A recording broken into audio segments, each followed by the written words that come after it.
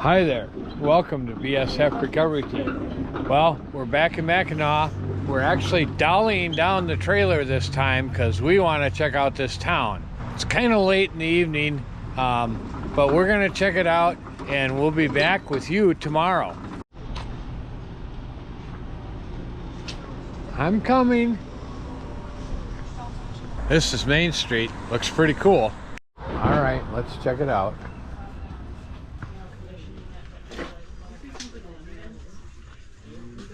Oh, wow. Uh-huh. You like turquoise, don't you? Yes, and then come over here. Oh, wow. But we have all these too. Yeah. I really like this second Chevrolet one. Well, if they had a GMC one.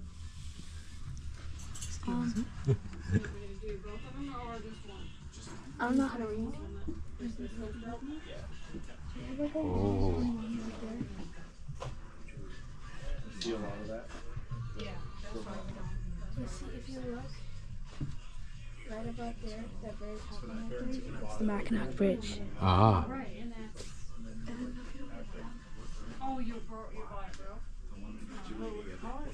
Lots of signs. Looks like they got a little town within a town here. No, I would spend way. No, your dad does not want me in there or in there. I would get in a lot of trouble. But those. You would get in a lot of trouble in there, yes. Please, honey. Please. You can look, Please. but you aren't buying. Please.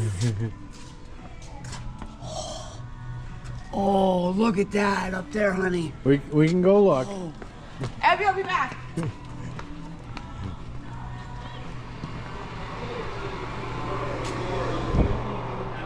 haven't had them for, I think, a year or two, but we do normally carry them. Yep.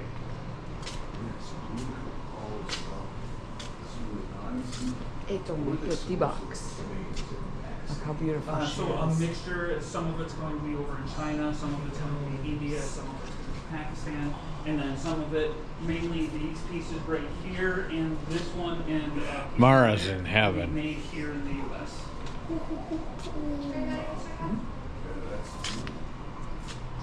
I was just wondering about that because I could take those on the Jackson trail. has that, you know, but I got a little different. I got an old one from Yeah. my barber shop that it Ah, was okay. two Italian guys, you know, but it doesn't have that design plate. No, I need Mom. Hey, dresses. Uh-huh. No, Mom, focus. There's Bumblebee. Hey, there is Bumblebee. No, really? Didn't I just say that? After I embarrass you. What? It's actually a big.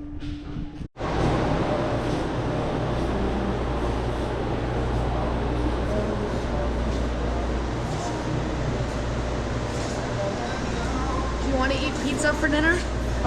No, that's all right. Okay. How about some sushi? How about some pillows? I love sushi.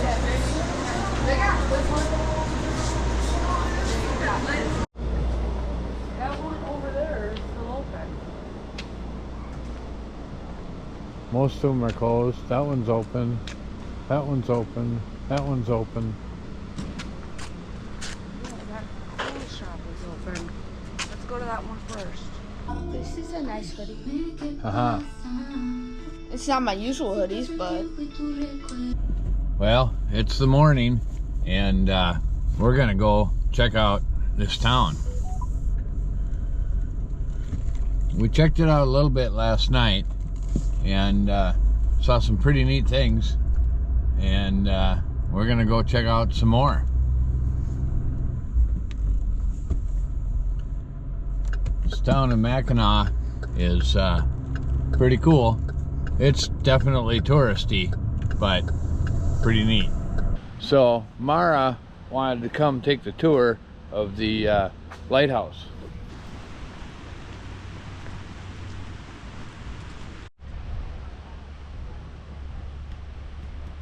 Well, we're gonna go up in the tower Mara wanted to go in the tower, so we're gonna go. It's probably your favorite movie. Actually, it was an RV that was identical to the one in Stripes.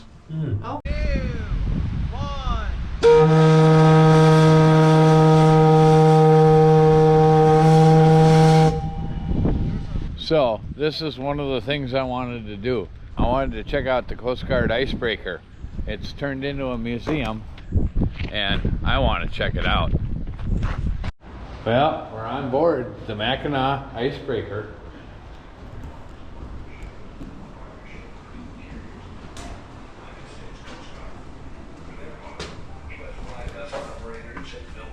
Efficient ships, naval architects can decide.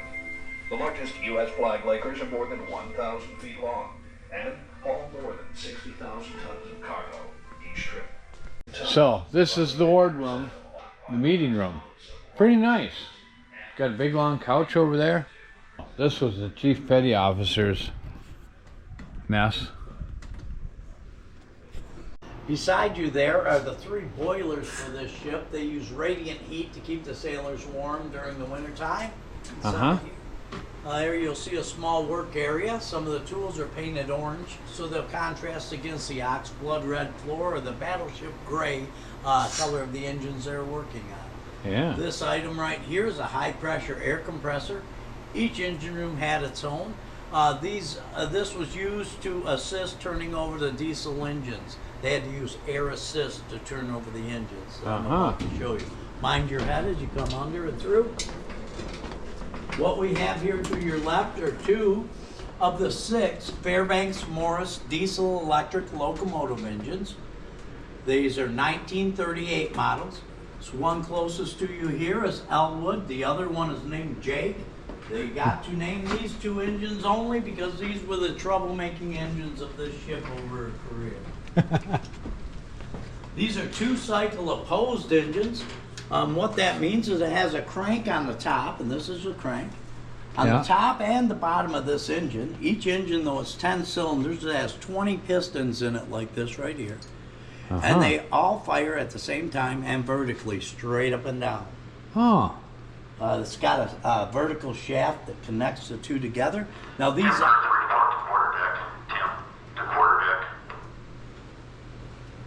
Sorry about that. It's all right. That ain't me. That was one of the bosses, Collins, our maintenance man. These are diesel electric, so the diesel is the long part. The electric is underneath. Each one's equipped with their own generators.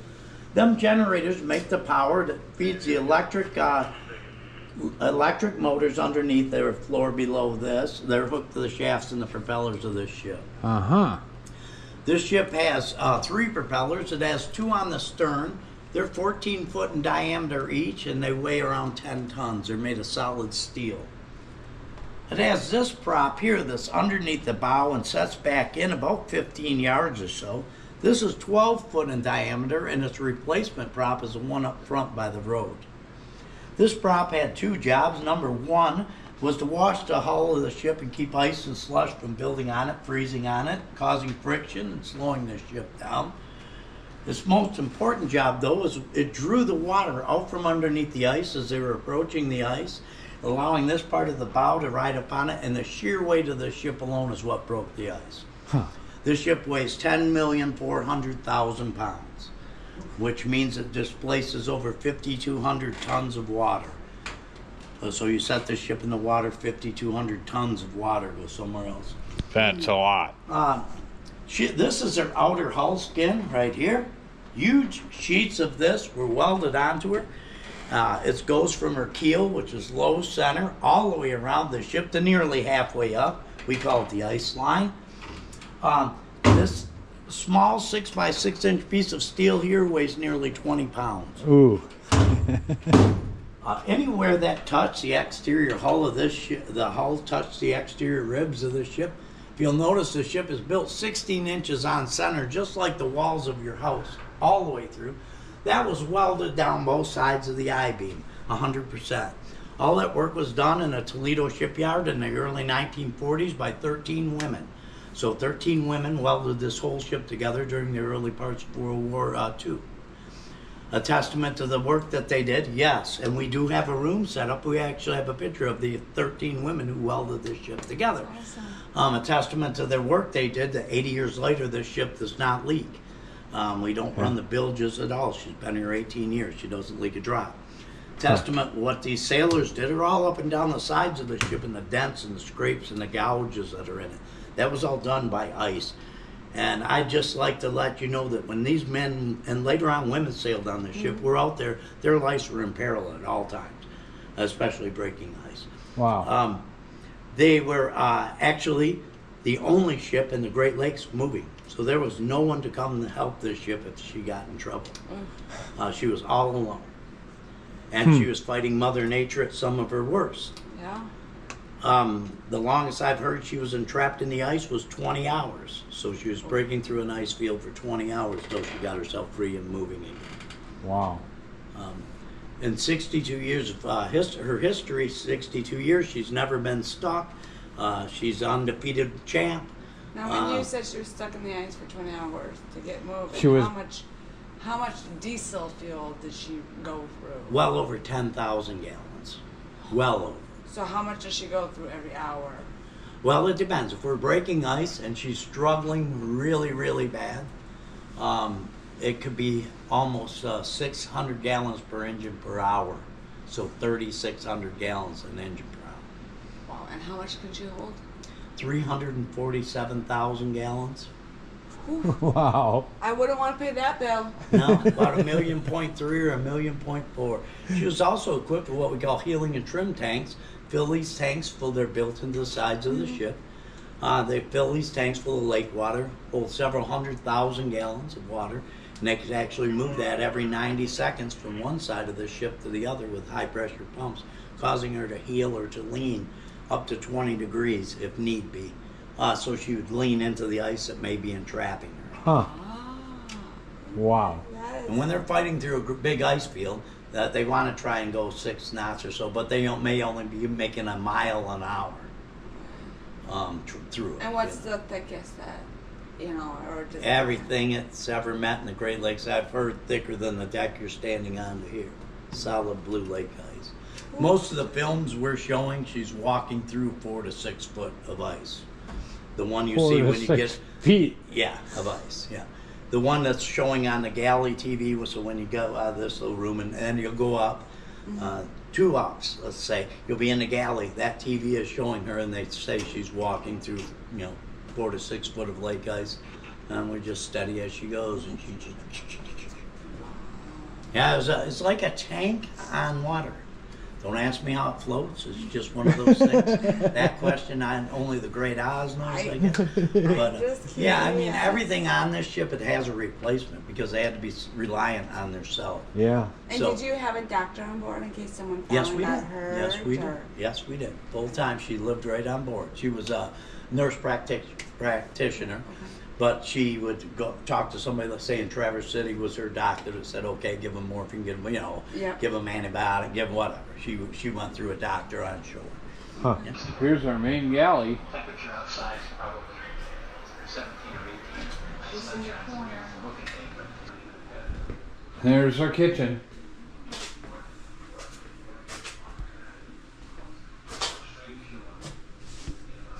And if you were on KP duty, this is where you were. Commanding officer.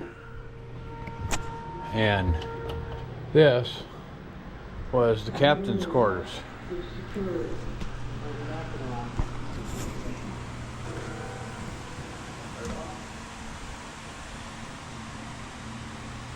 Navigation room. Personnel would gather to hear the deck watch officer outline the goals and assignments of the operation.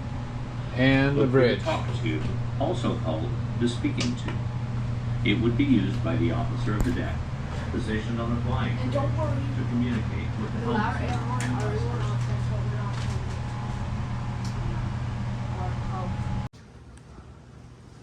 Well, there's Big Bertha, the big wench on the back of this ship that saved other ships and whatnot, whatever they needed it for. That thing is huge.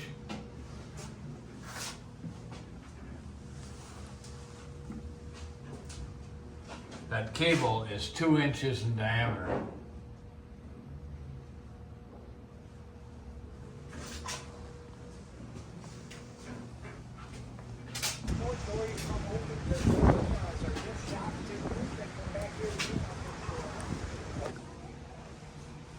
Pay out and heave. Tension setting. Huh. Well, I hope you enjoyed that. That's the Mackinac Icebreaker. It never been defeated here in the Great Lakes. If you have a chance, check it out. Now, we're gonna head north and check something else out.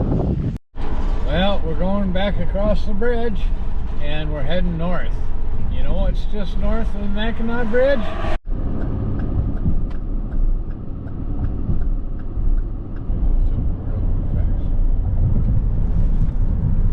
So, that's right, we're up at the Soo Locks.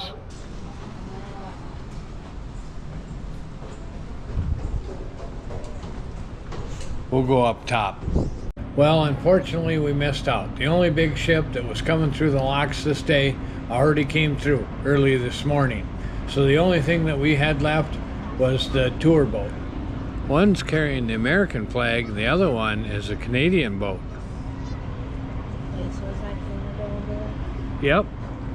So that's Canada over there. And we're not going over there because we'd have to do customs there. That's right. Get a passport. Oh, and you need a passport. Well, not necessarily, but... I don't think I have a passport. We are here and this is Lake Michigan. Actually, this is a river system. Yeah. Because they got to go through the river system to get from Lake Superior to Lake Michigan or Lake Huron. Well, it's too bad we don't get to see a big ship come through, but we get to see the locks. I guess we'll have to make another trip up here. You're funny. I'm joking. Since there's no ships coming through, well, the girls want to do some shopping.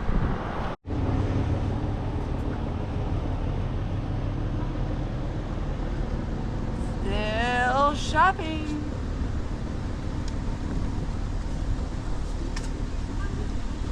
Where all? I don't know, but that is a neat sign. Missing a light bulb. That is a neat sign. Dad, you want a car? It's a really old one. No, I'm good. Well, thanks for watching BSF Recovery Team. Keep wheeling, be safe out there. Maybe we'll see you in the woods.